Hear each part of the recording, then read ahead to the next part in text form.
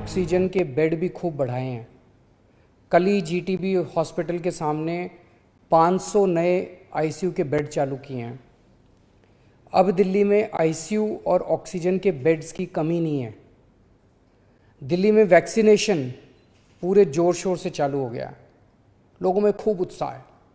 मैंने खुद देखा है दिल्ली सरकार के स्कूलों में जहां वैक्सीनेशन हो रहा है। मैं कई स्कूलों में गया, लोगों से बात की, लोग बहुत खुश हैं और अच्छे से अपना वैक्सीनेशन करवा रहे हैं।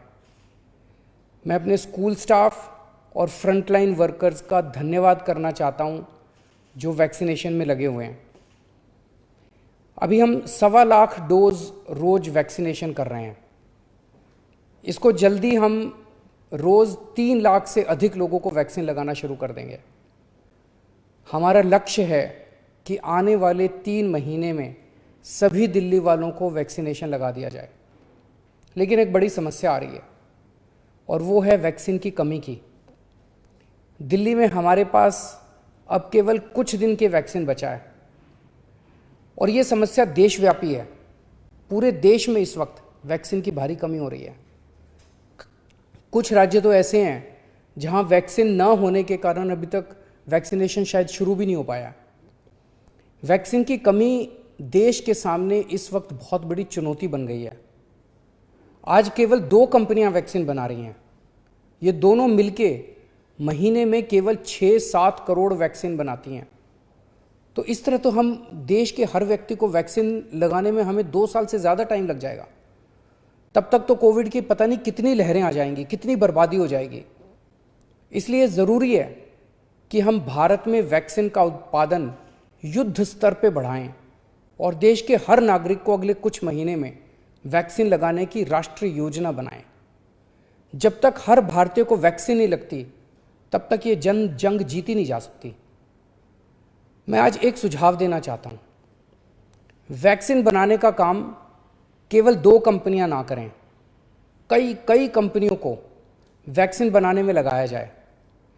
केंद्र सरकार इन दोनों कंपनियों से वैक्सीन बनाने का फार्मूला ले ले और उन सभी कंपनियों को दे दे जो सुरक्षित तरीके से वैक्सीन बना सकती हैं।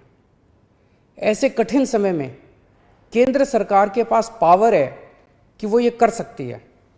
वैक्सीन बनाने का फार्मूला सार्वजनिक करके उन कंपनियों को दे सकती है जो वैक्सीन बनाना चाहती हैं और ये सुनिश्चित किया जाए कि भारत में जो भी प्लांट वैक्सीन बनाने में सक्षम है उन सब में वैक्सीन का उत्पादन होना चाहिए और हर भारतवासी को वैक्सीन लगनी चाहिए।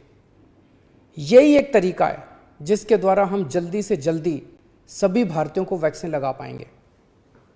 आपको याद हो जब पहली लहर आई थी, हमारे देश में पीपी किट की कितनी किल्लत थी, कितना संघर्ष करना पड़ता था पीपी किट लेने के लिए।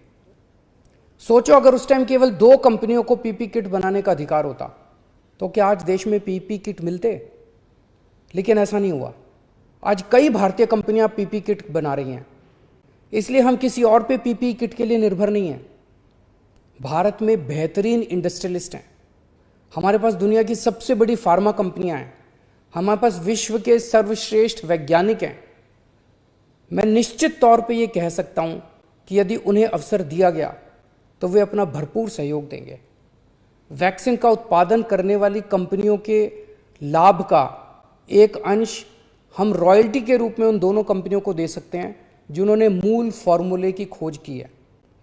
मुझे पूरा विश्वास है कि इस तरह हम अगली कोरोना की लहर के पहले भारत के हर नागरिक को सुरक्षा कवच प्रदान कर पाएंगे।